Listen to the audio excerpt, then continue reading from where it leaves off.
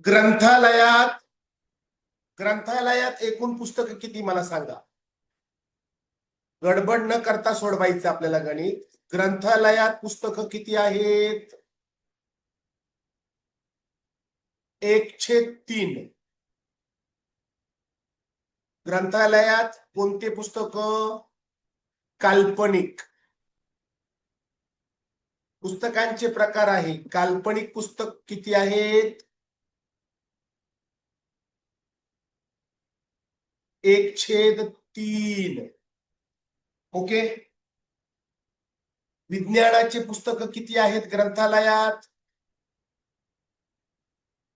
तुम्ही तेथे बोलायचंय. मला आवाज ऐकू येत नाही आणि तुमचा आवाज इतरांनाही जात नाही. बोला, काय फरक पण नाही पडत. विज्ञानाची पुस्तकं किती आहेत? 1/4. या ठिकाणी काय केलंय माहितीये? संख्या पूर्ण संख्येत सांगायच्या ऐवजी पुस्तकांची संख्या आपल्याला अपूर्णांकामध्ये सांगितलेली आहेत. काल्पनिक पुस्तकं आहेत 1/3. विज्ञानाची पुस्तकं आहेत 1/4. आणि बाकी जे उरलेले पुस्तकं आहेत ते इतिहासाचे आहेत. उर्वरित म्हणजे बाकी राहिलेले कशाचे आहेत? इतिहास. आणि इतिहासाची पुस्तकं माहितीये का आपल्याला? इतिहासाची पुस्तकं माहितीये का? नाही. त्याला आपण सध्या एक्स म्हणूया. इतिहासाची पुस्तकं आपल्याला शोधायची आहेत. आपल्याला माहितीये काल्पनिक आहेत 1/3, विज्ञानाचे आहेत 1/4. तर आपल्याला शोधायचे इतिहासाचे. तर काय करायचं? अगोदर आपण काल्पनिक आणि विज्ञानाच्या पुस्तकांची बेरीज करूया. कोणाची बेरीज करायची? काल्पनिक आणि विज्ञान. चला बेरीज करू दोघांची. 1/3 अधिक 1/4. आता हे दोघे अपूर्णांक आहेत. दोघांची बेरीज कशी करायची मी सांगितलंय. जरी विसरले असाल आता परत सांगतो. तिरकस गुणाकार करा. 1 गुणिले 4 4. 3 गुणिले 1 3. आणि नंतर छेदांचा गुणाकार करा.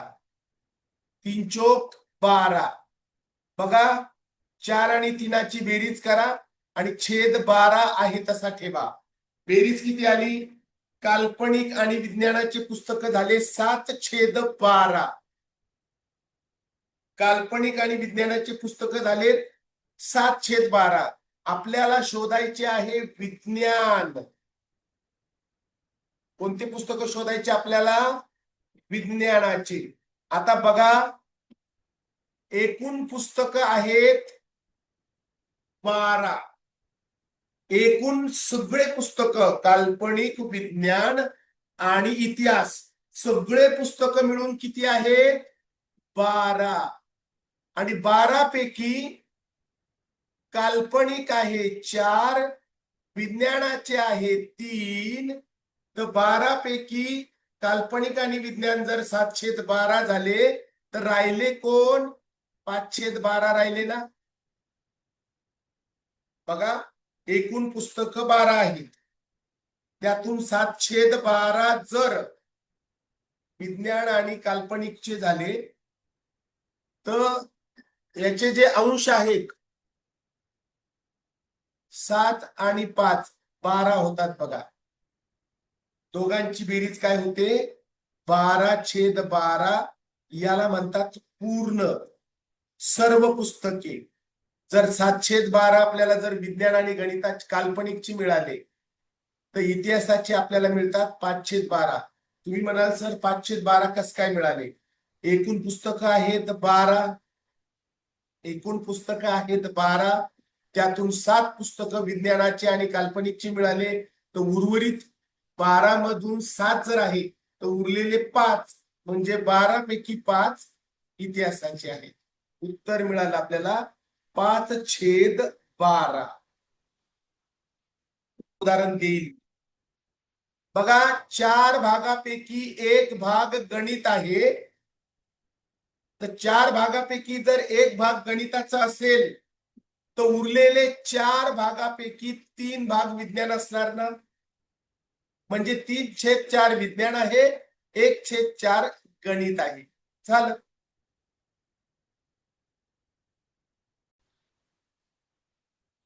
सुनीता अर्धा तासभर वाचन करत होती. सुनीताने काय केलं? वाचन किती वेळ केलं? बोला. वाचन किती वेळ केलं सुनीताने? अर्धा तास.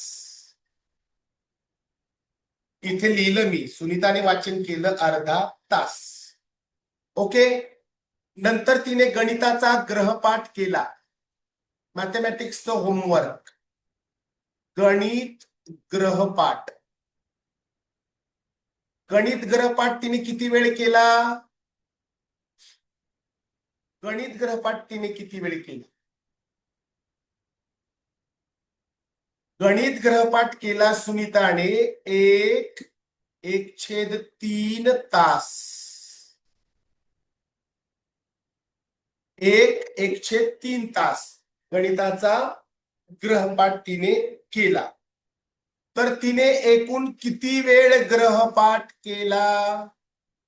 आता वाचन करणे आणि गणिताचा ग्रहपाठ करणे हे एकच आहे ना? एकच आहे का? अभ्यासच आहे ना? एकूण किती वेळ म्हटलंय दोघांचा? अर्धा तास तिने वाचन केलं आणि 1/3 तास तिने गणिताचा ग्रहपाठ केला.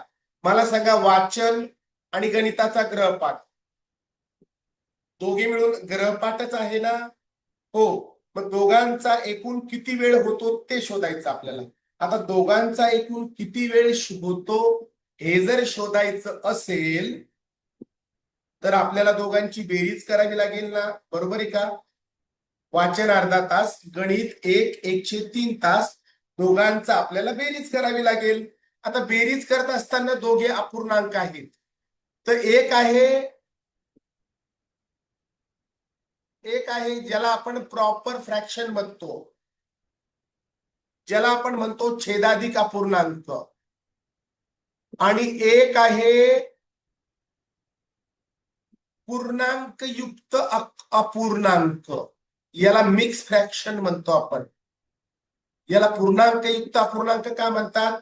कारण हा एक यामध्ये पूर्णांक आहे आणि त्याच्या शेजारी अपूर्णांक आहे, म्हणून याला पूर्णांक युक्त अपूर्णांक म्हणतात, मिक्स फ्रॅक्शन. आता मिक्स फ्रॅक्शनचं कन्व्हर्जन इम्प्रॉपर मध्ये करा. याचं कन्व्हर्जन कशात करायचं? गणित आपल्याला सोडवता यावं म्हणून याचं रूपांतर अंशाधिक अपूर्णांकात करा. 3x1 3 आणि त्यात 1 मिळवा. 3x1 3 त्यात 1 मिळवा. 4/3. गणिताचा ग्रहपाठ किती वेळ केला? 4/3. असं का केलं आपण? पूर्णांक युक्त अपूर्णांकाचं रूपांतर आपण अंशाधिक अपूर्णांकात केलं. का केलं? कारण आपल्याला बेरीज करायला सोपं व्हावं म्हणून केलं. तसं पण सोडवता येतं, पण अंशाधिक अपूर्णांकात करा, सोपं होईल. आता वाचन किती? 1/2 तास. गणित ग्रहपाठ किती? 4/3 तास. दोघांची बेरीज करायची. दोन भिन्न अपूर्णांक आहे, त्यांचे छेद वेगळे आहेत. छेद वेगळे असेल तर काय करतो आपण? दोन अपूर्णांक असताना क्रॉस गुणाकार करतोय, तिरकस गुणाकार. 1x3 3, 4 अधिक आहे मध्ये अधिक ठेवायचं 8 आणि छेदांचा गुणाकार करा, बेत्रिक 6. काय मिळालं आपल्याला? याचं उत्तर 11/6. 11/6 मिळालं. ओके. तर उत्तर तर येते सगळे कशामध्ये आहेत? पूर्णांक युक्त अपूर्णांकामध्ये उत्तर आहेत. तर आता काय करायचं माहितीये? या 11ला 6ने भागा. 6 एके 6, बाकी राहिले 5. बघा, बाकी राहिलेले 5 ठेवायचे अंशाच्या जागेवर.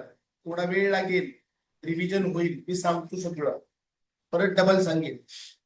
5 कुठे ठेवले आपण? अंशाच्या जागेवर. बाकी राहिलेले आलेला भागाकार आपण ठेवला पूर्णांक संख्येच्या जागेवर, पूर्णांकाच्या जागेवर. आणि ज्याने भागितलं 6 ते ठेवले छेदाच्या जागेवर. बघा उत्तर पुढे दिसतंय 1/5/6. हे आलं आपलं उत्तर ऑप्शन ए. ओके. ज्यावेळी 1/1/3 1.1/3 असं जर असेल आणि यांची बेरीज करायची असेल, बेरीज सोपी व्हावी म्हणून याला आपण मराठीत म्हणतो पूर्णांक युक्त अपूर्णांक, आणि इंग्लिश मध्ये म्हणतो मिक्स फ्रॅक्शन. पूर्णांक युक्त अपूर्णांक का म्हणता माहितीये? हा एक आहे पूर्ण अंक, पूर्ण आहे, 1 2 3 4 5, एक पूर्णांक आहे आणि 1/3 अपूर्णांक आहे. दोघांना एकत्र लिहिलं म्हणून पूर्णांक युक्त अपूर्णांक म्हणतात. इंग्लिश मध्ये म्हणतात मिक्स फ्रॅक्शन. ओके. याचं कन्व्हर्जन इम्प्रॉपर मध्ये करायचं. इम्प्रॉपर म्हणजे काय? अंशाधिक. आणि अंशाधिक म्हणजे काय? ज्याचा अंश मोठा असतो त्याच्यात रूपांतर करायचं. काय करायचं? छेदाने एकाला गुणायचं. 3 गुणिले 1 3. ओके. आणि त्यामध्ये हा अंश मिळवायचा. 3 अधिक 1 आणि छेदाखाली आहे तसा ठेवायचा. 3 आणि 1 4. 4/3 उत्तर मिळालं आपल्याला. कशाचं? याचं अंशाधिक अपूर्णांकात रूपांतर केल्या. 4/3. आता 1/2 आणि 4/3 दोघांची बेरीज करायची.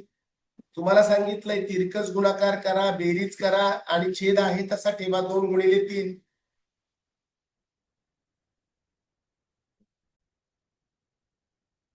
एका पाण्याच्या पाईपची लांबी, पाण्याच्या पाईपची लांबी किती आहे? पाण्याचा पाईप आहे, पाणी पाईप लांबी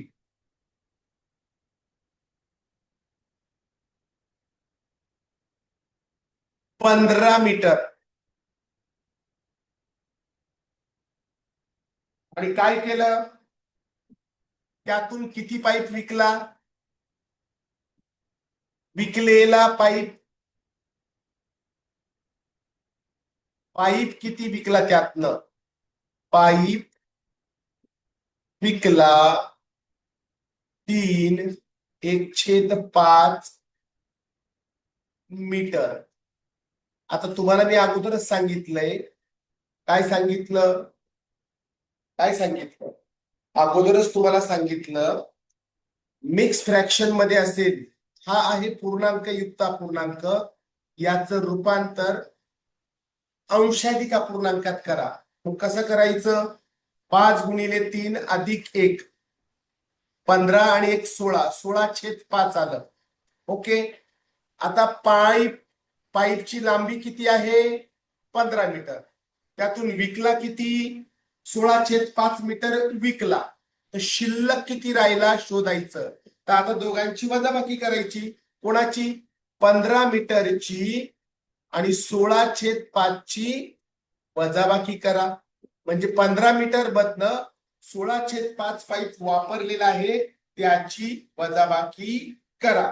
आता काय करायचं? समजण्यासाठी, गणितात कन्फ्युजन होऊ नये म्हणून हा जो 15 मीटर जो दिसतोय, या 15च्या खाली 1 ठेवला तर चालतो. गणित समजण्यासाठी घेतलाय आपण 1. 15/1 म्हणजे 15. फक्त आपल्याला वजाबाकी करता यावी म्हणून 15च्या खाली 1 घेतलाय समजण्यासाठी. आता वजाबाकी करा, तिरकस गुणाकार करा. 15×5 75. बरोबर आहे. 1 गुणिले 16 16 वजा 16. बघा, भिन्न छेद असलेल्या अपूर्णांकाची वजाबाकी करतोय आपण. नंतर छेदाची 1 गुणिले 5 5. 75 वजा 16 किती झाले? 59. आणि हे 5. आता 5 आणि 59 ला हा जो 59/60 एकूण छेद 59/5 हा जो दिसतोय तुम्हाला हा आहे अंशाधिक अपूर्णांक. उत्तर आहे आपलं पूर्णांकयुक्त अपूर्णांकामध्ये मिक्स फ्रॅक्शन मध्ये. 59/5 59ला 5 आणि भागायचं. 5 ने 59ला भागितलं हे आले 11, 55 बाकी राहिले 4. बघा उत्तर काय मिळालं आपल्याला 11. 11 हा काय आहे पूर्णांक, तो ठेवला 11च्या जागेवर. बाकी राहिलेले 4 ठेवले अंशाच्या जागेवर आणि ज्याने भागितलंय तो ठेवला छेदाच्या जागी. 11/4/5 कुठं दिसतंय का बघा बरं. ऑप्शन बी करेक्ट आन्सर. ऑप्शन बी करेक्ट आन्सर. आलेलं जे उत्तर होतं ते 59/5 होतं. हा आहे अंशाधिक अपूर्णांक याचं रूपांतर केलं आपण पूर्णांकयुक्त अपूर्णांक मिक्स फ्रॅक्शन. आता मला सांगा समजलं का.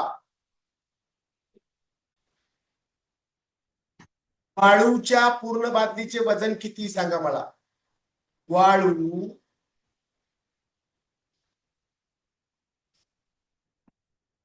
वाळू पूर्ण बादली वजन 6/4 किलोग्रॅम. आता याचं रूपांतर काय करा. याचं रूपांतर 6/4 च रूपांतर इम्प्रॉपर फ्रॅक्शन मध्ये करा. अंशाधिक अपूर्णांकात करायचं. 4 × 6 24 अधिक 1 25/4. कशाचं वजन मिळालं आपल्याला. वाळूच्या पूर्ण बादलीचं वजन 25/4 किलोग्रॅम. रिकाम्या बादलीचे वजन काय आहे. रिकाम्या बादलीचे वजन आहे 3/8. किती आहे 3/8 kg. तुम्हाला वाळूचे वजन शोधायचे. वाळूचे बादलीचं वजन माहितीये. भरलेल्या पूर्ण बादलीचे आणि वाळूचं वजन माहितीये. फक्त वाळूचं जर शोधायचं असेल तर 25/4 मधून वजा करायचे 3/8. आता तिरकस गुणाकार करा. 25 × 8 200. तिरकस गुणाकार 25 × 8 200. गडबड करू नका, कॉन्सेप्ट समजून घ्या. तिरकस गुणाकार अगोदर कोणाचा करतोय आपण. 25 × 8 200. नंतर 4 × 3 12 वजा करायचे आणि छेदांचा गुणाकार 32. 188/32. ओके. आता काय करा. 188 आणि 32 कोणाच्या पाड्यामध्ये आहे. 188 आणि 32 आहेत 4च्या पाड्यामध्ये. 4 ने 32 ला भागितलं 8. 4 ने 188 ला भागितलं किती येतात बघा बरं. 4 ने 88 ला भागून बघा. 4 चोक 16 4 7 28 47. 47/8 आलं. आता 47/8 दिसतंय सगळ्यांना. हा कोणता अपूर्णांक आहे. अंशाधिक अपूर्णांक आहे. याचं रूपांतर कशात करायचं. याचं रूपांतर कशात करायचं. याचं रूपांतर मिक्स फ्रॅक्शन मध्ये करायचं. अंश मिक्स फ्रॅक्शन म्हणजे काय पूर्णांकयुक्त अपूर्णांक. आता 47 ला भागितलं 8 ने 8×5 = 40. ओके. बाकी राहिले 7. संपला विषय इथे. उत्तर बघा. आता हा जो 8 आहे तो छेदाच्या जागेवर. आलेलं उत्तर पूर्णांकाच्या जागेवर आणि हे जे 7 आहे बाकी राहिलेले ते अंशाच्या जागेवर 5/7/8 हे उत्तर आपल्याला मिळालं ऑप्शन बी.